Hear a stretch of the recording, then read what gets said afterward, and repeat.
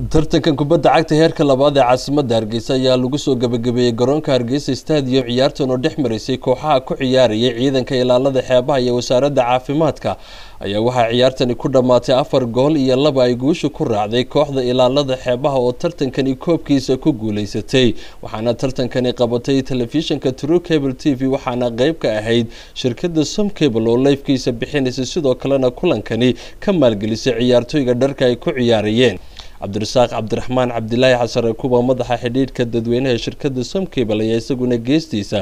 ku amaanay wasaaradda dhalinyarada iyo ciyaaraha tartankani sida ay u soo abaabushay iyo telefishinka Cable TV haddaanu nahay Somcable waa noo sharaf inaanu ka qayb qaadano dhiirigelino dhalinyarada gaar ahaan kubadda cagta oo aanu aragno fursad dhalinyarta laga jihayn karay balwadaha lagu soo saari karayo dhalinyaro Somaliland magacu soo jiida kubadda cagta heerka gaadha waxaanu mar walba agaasimay garab iyo gaashaan u nahay wasaaradda dhalinyarada ciyaaraha iyo dhalinyarada jamhuuriyadda Somaliland si aan mar walba garab ku galo nooga waay lahayn haday tartan kasta tay heerka labaad heerka koowaad gobolada dhammaan inaan anagu garabkiina taagnaano anagu koowaad qaadano inaan mas'uuliyadeeda qaadano inaan qof kasta gurigiisa isagoo jooga uu ku daawan doono maxay ahayd ciyaarta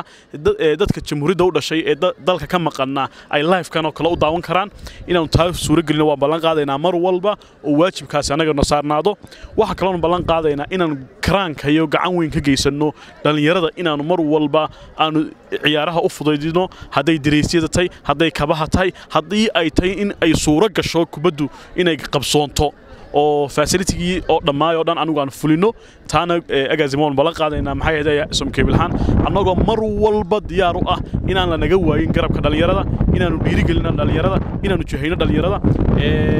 inahaasan ku soo ururin lahaa agaasimaha guud ee wasaaradda dhalinyarada iyo ciyaaraha jamhuuriyadda Somaliland Maxamed Cabdullaahi Siciid ayaa ka waramay tartankani una mahadnaqay shirkadda qabatay iyo shirkadaha ka qayb qaatay sidoo kalena sheegay inuu tartankani ka mid yahay tartamada ay dhalinyarada ku dhiirigelinayaan runtii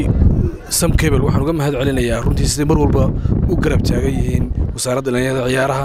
runtii ay mar walba u daneynayaan in wax badan la qabtaan runtii wax qabadka dhalinyarada iyo jihaynta dhalinyarada iyo sidii dhalinyarada garaadkooda loo kobcin lahaa runtii kubadaha ciyaaraha ay uga qayb qaadan lahayd haday tahay internet haday tahay garamaan haday tahay dressing loo iibiyo haday tahay safarada ay dhalinyaradu galiyaan dhammaan iyagoo aan ku koobnay Hargeysa oo qolay dhammaan gobolada badankooda ka hawl kala runtii intii aan wasaaradda joogay marar fara badan oo mar iyo 2 iyo 3 baahayn runtii way garab istaageen oo ay maanta ugu dambayso runtii insha Allah waxaan rajaynayaa inay marar dambana iskarab taagi doon iyagana waan uga mahad celinayaa sida ballaaran ay tartanka karmiga socday maanta aynu filimka joogno labada kooxood kala qaadaya koobka naadiyada heerka labaad caasimadda Hargeysa runtii ay internetka u siinayaan garamaanta iyo kabaha idriiska ku ciyaareen ay uga maalgeliyeen gudoomiyaha xiriirka kubadda cagta Maxamed Amiin ayaa isna ka waramay tartankan iyo maraaxilka kala duwanaa uu soo maray kooxdan ku ciyaarisay magaca ilaalada xeebuhuna ay ku guuleysatay tartanka heerka labaad gudoomiyaha dalada dhalinyarada Sooyo Cabdicasiis Maxamed Jaamac iyaga iskaashiga technology ee ciyaaraha iyo marxalad balka Somcable dhaxmaray waxa uu saamaxay in ay ciyaarihii si high resolution ama martabalka standard martabalka quality wanaagsan yahay de bulshada ay guriyahooda uga daawan karayaan taasina waa guul martabalka aad baan Somcable ugu mahadnaqaynaa runtii iyo martabalka shirkadaha kale nagala shaqeeyayba runtii waa dadaalada ay runtii loogu jiro in dhalinyarta lagu dhiirigeliyo waxaan aad ugu mahadnaqayaa runtii shirkadda Somcable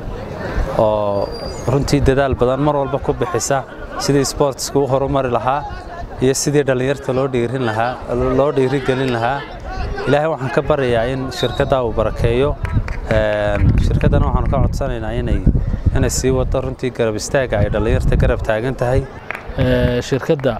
Somcable oo mar walba garab taagan dhalinyarada dhinac wal kasta ay tahay sports tahay